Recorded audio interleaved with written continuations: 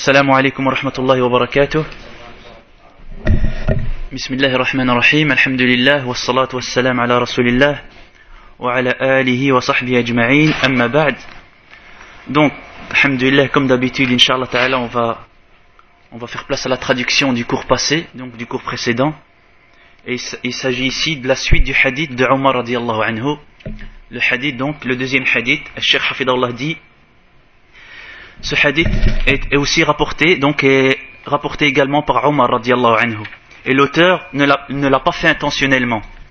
Il ne l'a pas placé ce hadith en fonction du sahabi, ou parce qu'il a débuté avec ce hadith, mais tout simplement en fonction de son importance et des points bénéfiques que regroupe ce hadith, de Omar radiyallahu anhu également, et qui comporte les trois piliers qui sont l'islam, la foi et la bienfaisance, c'est-à-dire l'ihsan.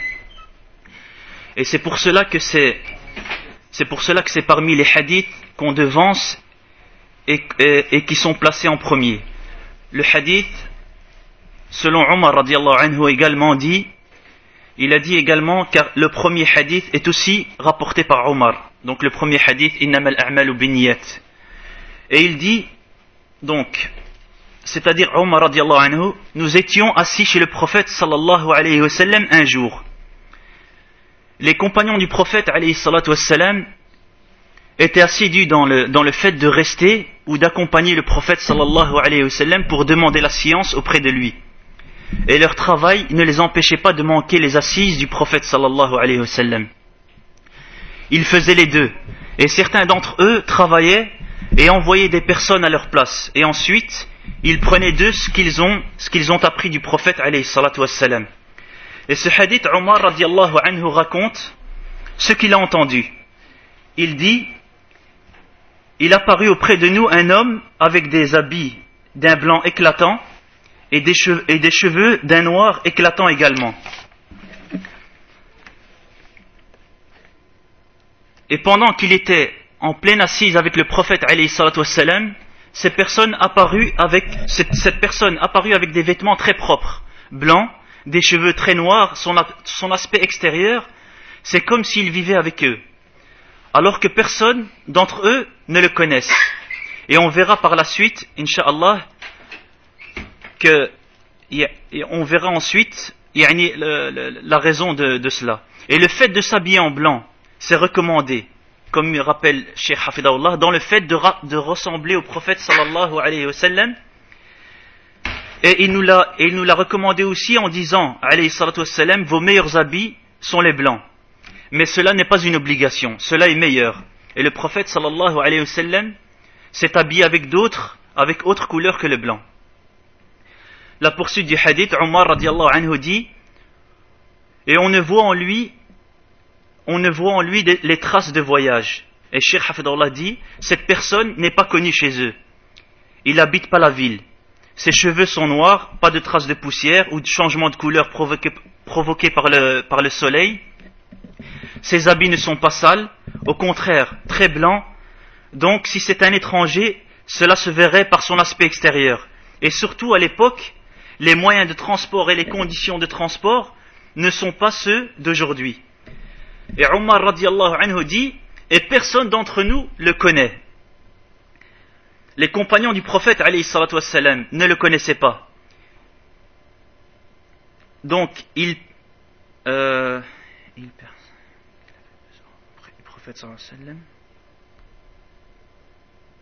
pensait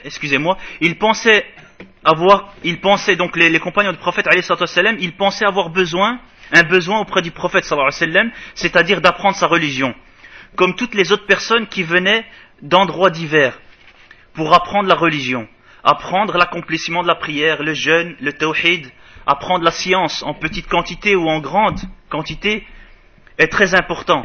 Et c'est une sunna qui a été poursuivie par le prophète sallallahu alayhi wa sallam et ses compagnons.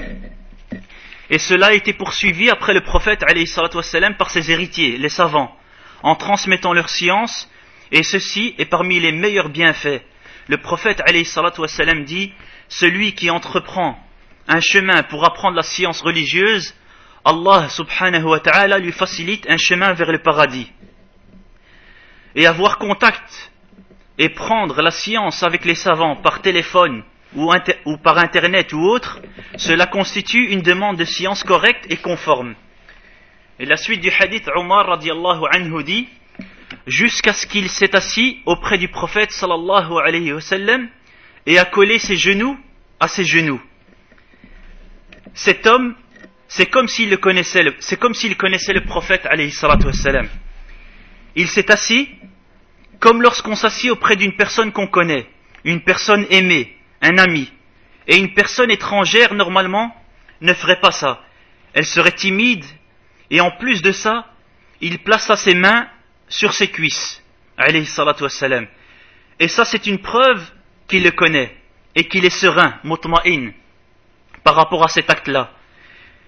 Et ensuite, il dit, ô Muhammad, sallallahu alayhi wa sallam, montre-moi qu'est-ce que l'islam. Il veut savoir qu'est-ce que l'islam, car le prophète alayhi salatu wassalam est venu avec l'islam, et Allah n'accepte que l'islam comme religion. Allah subhanahu wa ta'ala dit dans le Coran, et celui qui prend autre que l'islam comme religion, il ne sera pas accepté de lui. Allah subhanahu wa ta'ala n'accepte pas toutes les religions à part l'islam. Quelle est cette religion dont Allah subhanahu wa ta'ala n'accepte qu'elle? Et que la personne sera agréée auprès d'Allah uniquement par la religion de l'islam. Et ceci en vérité est une question, ou plutôt la question la plus importante, car le prophète sallallahu alayhi wa sallam est venu avec l'islam. Et les autres prophètes, leur da'wa, c'est-à-dire leur prêche, est l'islam. Alors quel est cet islam? Le prophète sallallahu alayhi wa sallam répond à cette question et dit, alayhi salatu wa sallam, l'islam est que tu attestes qu'il n'y a pas d'autre divinité si ce n'est Allah. Et que Muhammad sallallahu alayhi wa sallam est son messager.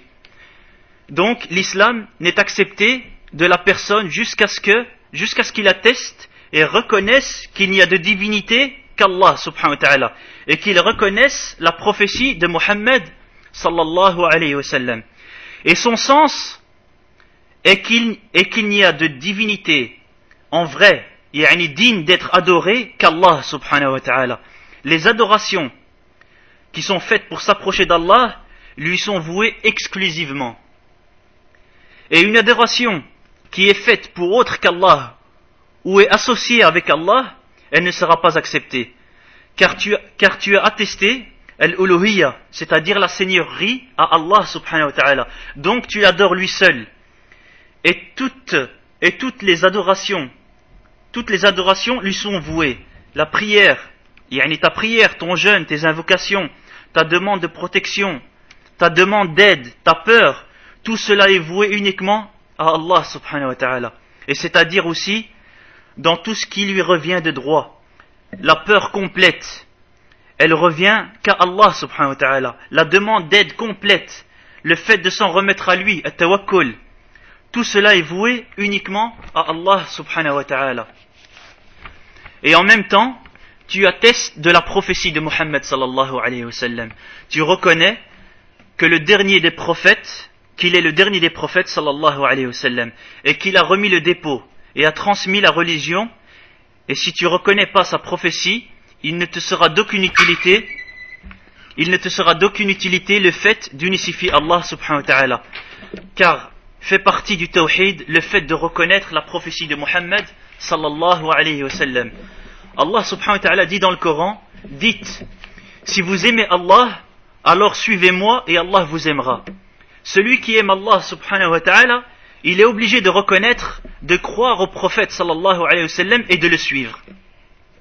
Et celui qui croit en la prophétie de Muhammad sallallahu alayhi wa sallam,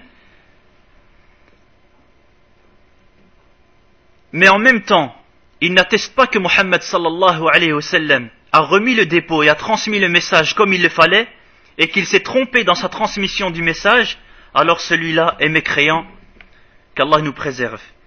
La suite du hadith, le prophète alayhi salatu wa sallam dit, et tu accomplis la prière. Et ici, le sens de l'accomplissement de la prière est celle qui fait partie des piliers de l'islam, c'est-à-dire la prière obligatoire, les 5 prières quotidiennes, et la personne, Cheikh Hafidahullah dit, la personne n'est pas complète dans sa religion jusqu'à ce qu'il les accomplisse, c'est-à-dire les 5 obligations. Il les accomplit entièrement, sauf lorsqu'il est en voyage. Il peut les rétrécir à ce moment-là à 2 rak'at pour les prières qui comportent 4 rak'at. Et ces 5 prières, la parole la plus vraie, Cheikh Hafidahullah dit, la parole la plus vraie est que celui qui la délaisse, même par paresse, il est mécréant.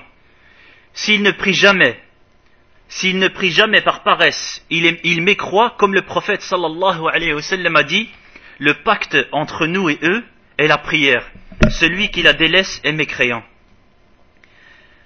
Et si cette personne prie de temps en temps, et la délaisse de temps en temps, alors le plus juste ici est qu'il est musulman, si la majorité de son temps, il préserve, il respecte ses préceptes, il prie sa prière, et alors à ce moment-là, il est en état de péché dans le fait d'avoir délaissé certaines de ses prières. Et en ce qui concerne la prière, elle a un mérite